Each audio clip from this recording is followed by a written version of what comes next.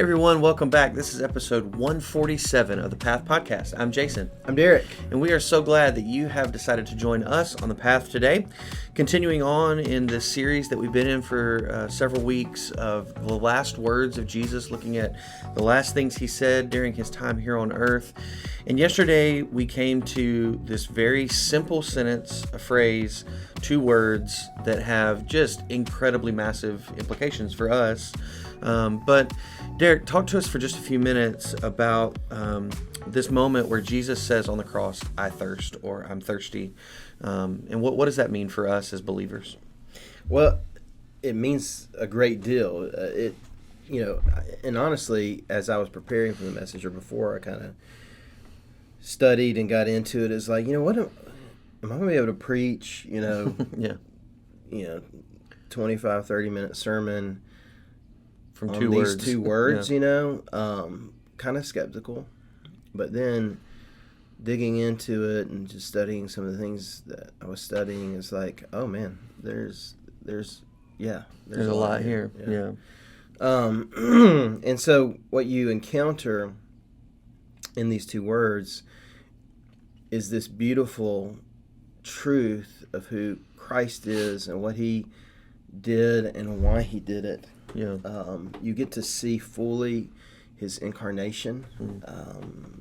The incarnation is this understanding that God came down and put on human flesh. Mm-hmm.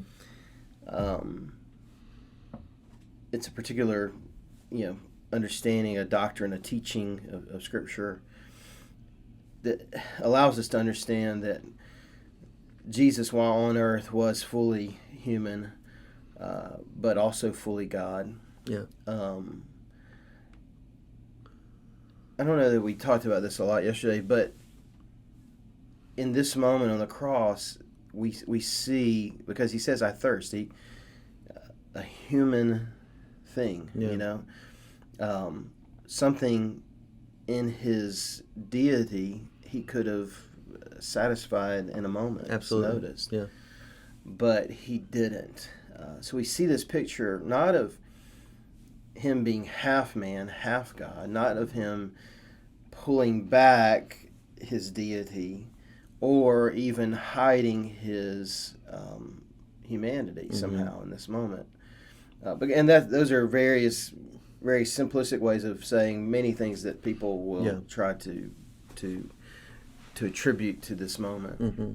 But what we see is that he chose not to reveal his glory in this moment. He chose, it's this a veiling, not a pulling back, but a veiling, a hiding, or not even a hiding. It's not the right word. It's this veiled sense of his deity in this moment.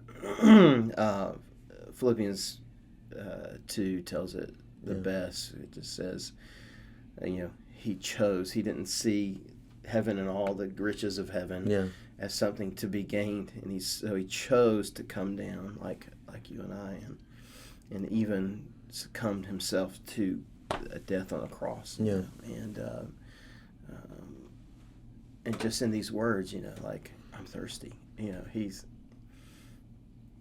showing us that love, that choice, that willingness to. I used the word succumb. I was not going to do that again, but it's a good word. Succumb to sufferings. Yeah. The cross, Right.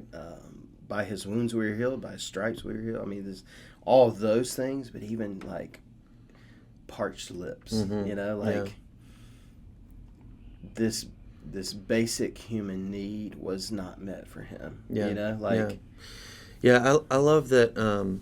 It, to me, when I read this verse, I go, oh man, he really knows me. Mm-hmm. Like, Jesus knows me better than I know myself, because he knows the most basic human feeling of being thirsty. We all know what that feels like.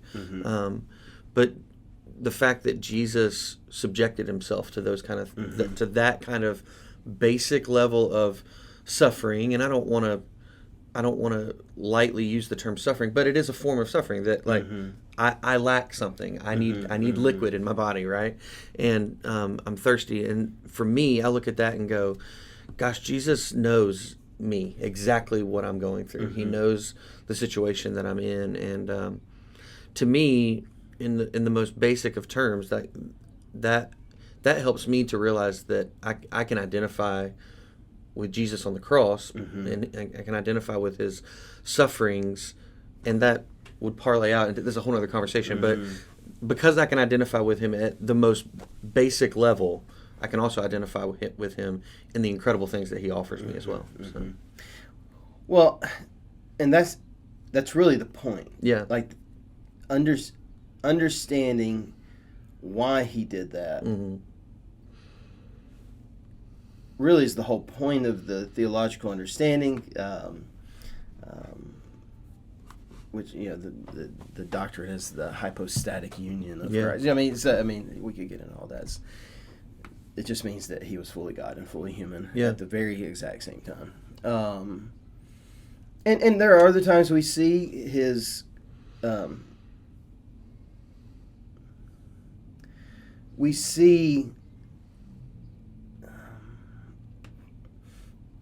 the extent of either his humanity or the extent of his deity at various times, right? Yeah. So, you know, I think to the Mount of Transfiguration. Yeah.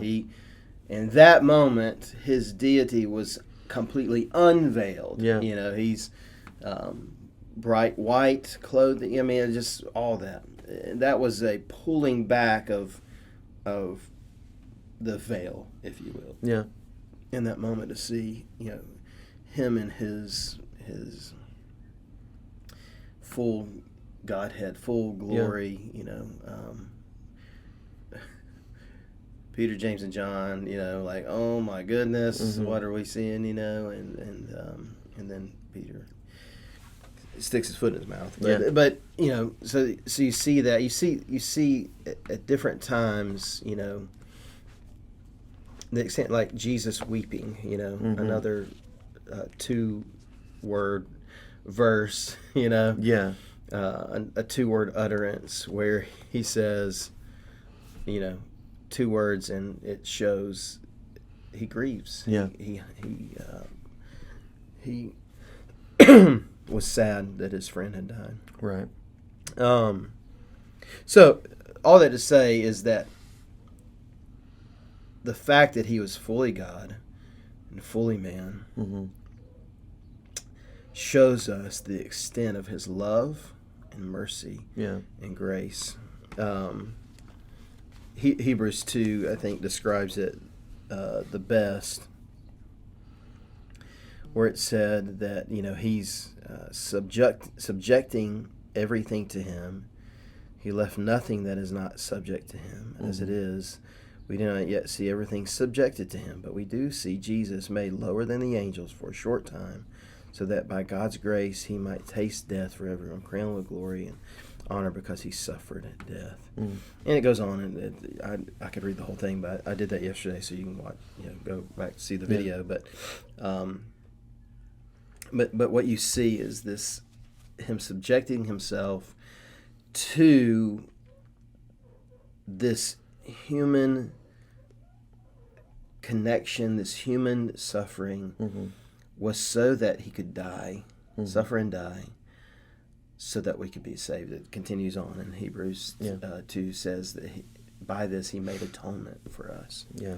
So, you know, that's really the whole point of, you know, I Thirst, is to get a glimpse of that and understand, yes, like you said, he knows. And Hebrews 2 says he's our great high priest because he did all these things. Absolutely. Yeah. So he's not like, it's not like a human priest, a human high priest, which we don't have those any longer, but because we have Christ, that's all we need. But, you know, even people will place pastors or, you know, leaders or shepherds or whatever on a pedestal, like somehow we are, you know, better off than them, or, you know, somehow we're not as, we don't succumb to sin as much or something, which none of that's the case, but like, that's not even at all who Christ is. I mean, he's not this unattainable, like, high priest. He knows what it's like to be like us. He knows what it's like to walk in our shoes. He knows what it's like to lose someone. He knows what it's like to grieve.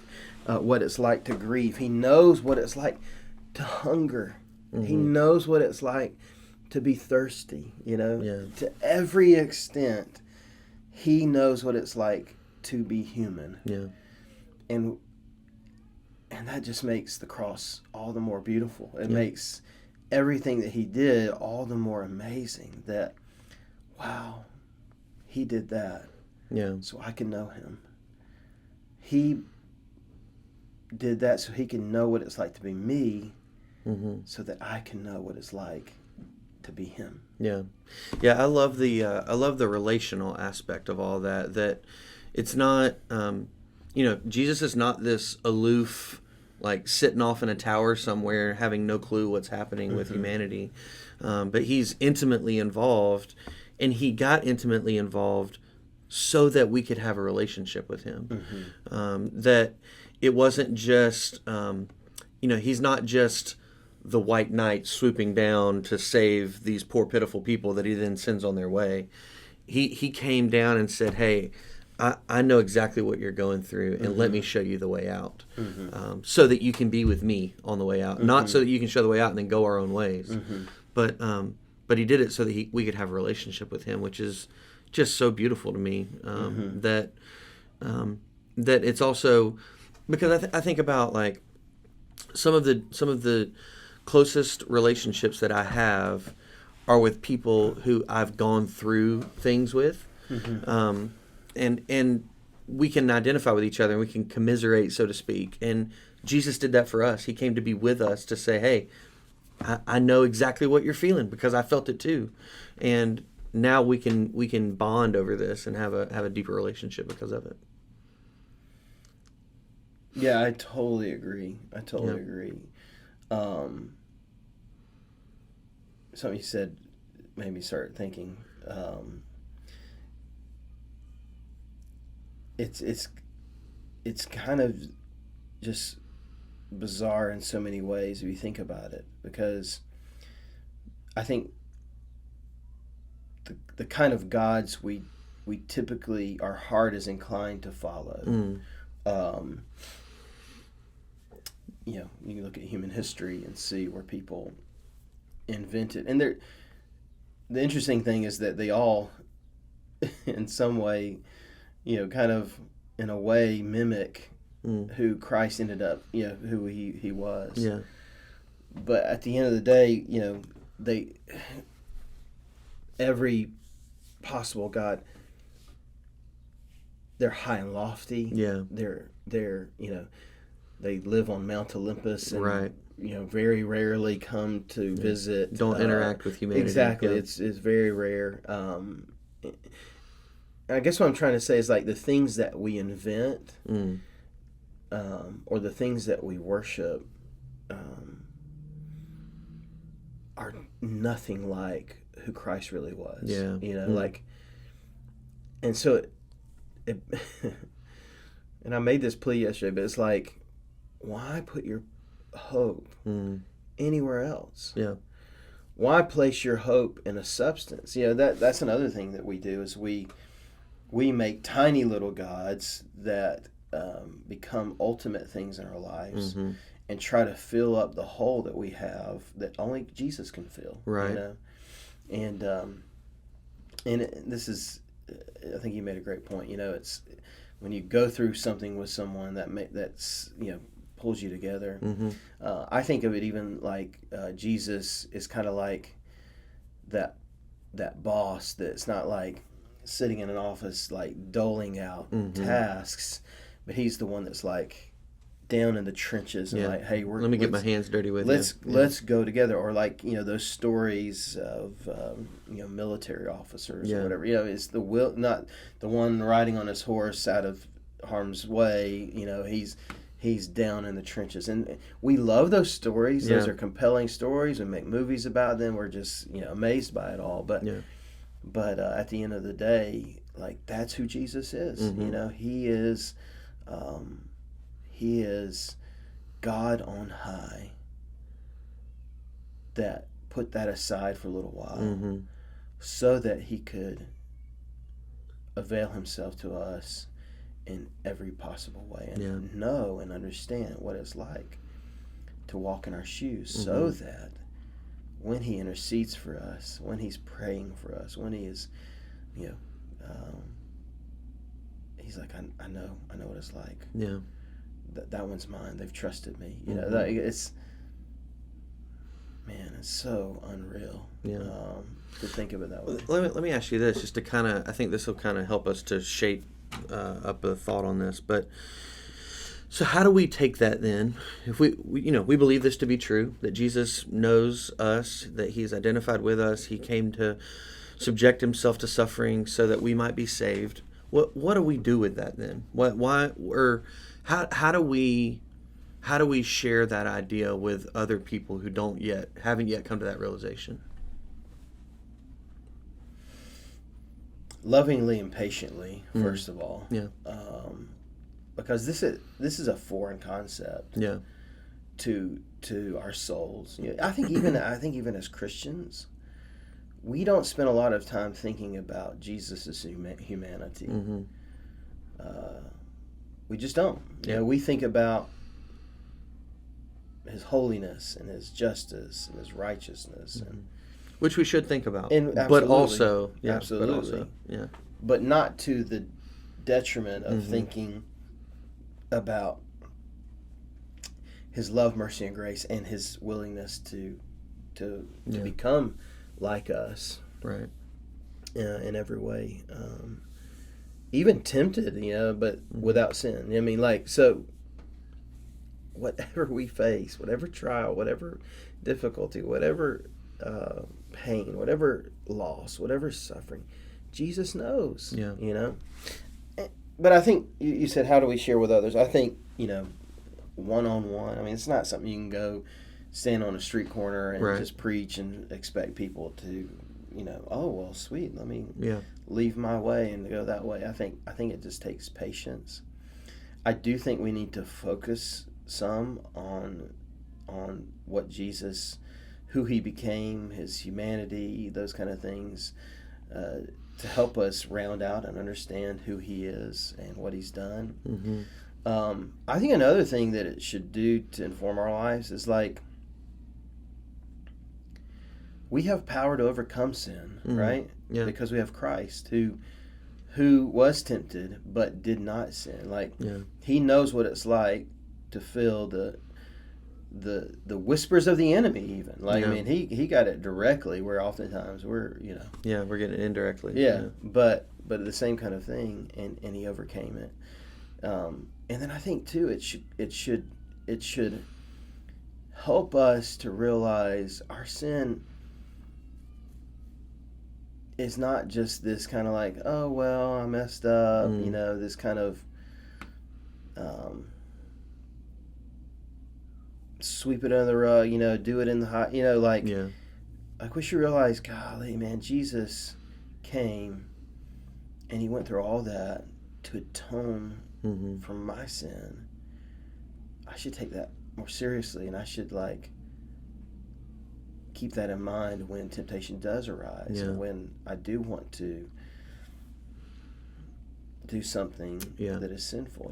So it should remind us that there's no excuse to not call on Jesus, because he's there.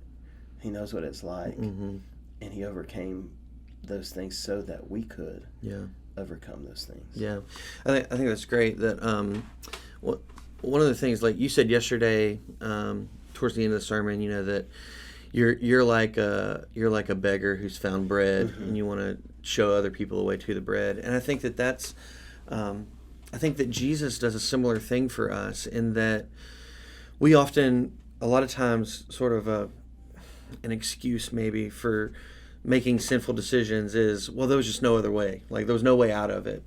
And Jesus is here to say, no, like, I know exactly what you're feeling, but I did overcome it. I overcame it with my power, and I'm here to show you the path out of that. And I think that's sort of this, to me, that's this beautiful thing here that we see in Jesus's humanity and his divinity together here, is that he has said, hey, I've got the power to overcome this in your life, and I also want to show you the path to that power. And he walks with us through those situations. And I think that's such a important thing to remember, because there are times, and I faced it, you faced it, we've all faced it, where you find yourself in a situation and it looks like there's no way out of this. There's no way for me to not do the sinful thing or whatever that's about to happen here. But there is a way out, and Jesus is that way out. And I think that this is a great reminder that Jesus is here to say, hey, I know the way out, and I'm here to show you the way out. I'm not just saying, yeah, there's a way, I hope you figure it out. No, he's saying, I'm the way, and let me show you the way out. So. I think understanding this concept throws self-righteousness out the window. Absolutely, yeah. Self-righteousness says, I can be good enough on my own. Like, I can be smart enough, I have the strength I need or whatever. I don't need Jesus, basically, is what self-righteousness is, right? I was told this last week by someone I've been just sharing with, kind of on a one-on-one basis, and it was basically said, you're approachable. You're not like you think you're perfect, and you're some super Christian or whatever. Yeah. Which was like, I don't know if that's a compliment or I'm just, but. And unfortunately, I think sometimes pastors, they like living on the pedestal they've been put on, so it's perpetuated. They lean into it, yeah. But this is not the. So when I said that yesterday, I want people to understand. It's like, man, I'm here. The only reason I'm here, it's because I found bread. I love that. Dia Carson is the first time I had heard that analogy of I'm a beggar and I found some bread, and here's some. Come on over here and get some bread with me. I love that because it indicates, like, man, without Jesus, I'm shot. Like, I don't have a chance. Like, I know my heart. Like, it's just not. I'm not righteous. I'm not. And honestly, there was a time I grew up in church. I didn't. Golly, man, I didn't have a lot of opportunities to do anything or super bad. And so there were times where I did have a self-righteousness, but even that the Lord just convicted me so powerfully of. And so what I want people to realize is that, man, we all need Jesus. Yeah. When Paul, man, if this had to happen to Paul, he's talking about the thorn in his flesh, and he says that Jesus said to him, my strength is made perfect in your weakness. My grace is sufficient for you. We all need that. Yeah, we absolutely do. That's good stuff. Well, here's where we turn it over to you. What thoughts do you have about this truth that Jesus knows what you're going through? Jesus knows what we're all going through, and he identifies with us, and he still extends the hand of grace to us, which is a beautiful thing. What thoughts do you have on that? We'd love to talk with you about it. You can email us at thepath@lafayettefirst.life or comment right on the YouTube video that you're watching. Would encourage you to take a moment to rate the podcast on wherever you're listening to it. That would really help us out. 5 stars, please. 5 stars, please. That'd be great. Wherever you're listening to it. And then share it with some people so that other people can be a part of this conversation as well. Next week, we're going to continue on. We have a couple more weeks in this Last Word series, looking at a couple more things that Jesus said in his last days here on earth. But until then, I am Jason. I'm Derrick. We hope that you'll join us as we continue down the path.